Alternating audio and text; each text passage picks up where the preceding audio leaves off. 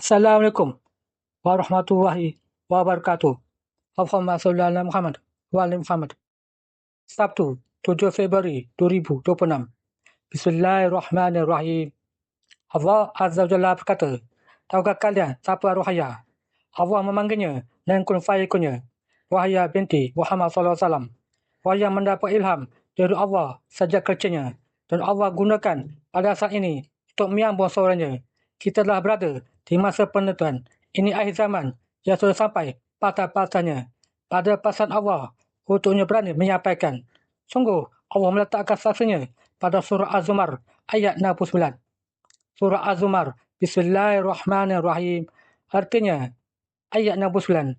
Dan bumi pada masa menjadi terang benderang dengan cahaya keadilan Rabbnya. Dan buku perhitungan perbuatan masing-masing diberikan kepada setiap orang. Para nabi dan saksi pun diharikan, lalu diberikan keputusan terhadap mereka secara adil dan mereka tidak dirugikan. Allah meminta kepada kita semua tetap pada zaman. Allah berkuasa kepada yang hendaki. Buka surah Ghafir ayat 69. Surah Ghafir, Bismillahirrahmanirrahim. Artinya, ayat 69. Apakah kamu tidak memperhatikan orang-orang yang selalu membantah ayat-ayat Allah agar mereka dapat dipalingkan?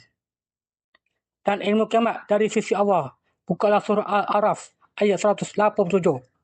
Surah Al-Araf, Bismillahirrahmanirrahim. Artinya, ayat 187. Mereka menanyakan kepadamu, Muhammad SAW, tentang kiamat. Kapan terjadi? Katakanlah, sesungguhnya pengetahuan kiamat itu ada pada aku. Tidak ada seorang pun yang dapat menjelaskan waktu terjadinya selain dia. Kiamat itu sangat berat huru-haranya bagi makhluk yang di langit dan bumi. Tidak akan datang kepadamu kecuali secara tiba-tiba. Mereka bertanya kepadamu seakan-akan engkau mengetahuinya. Katakanlah Muhammad SAW, sesungguhnya pengetahuan hari kiamat ada pada Allah, tetapi kebanyakan manusia tidak mengetahui. Ulaika ala hudan min rabbihim wa ulaika humul muflihun. Amin ya Allah, ya Rabb, ya Sami, ya Basir. Alhamdulillah.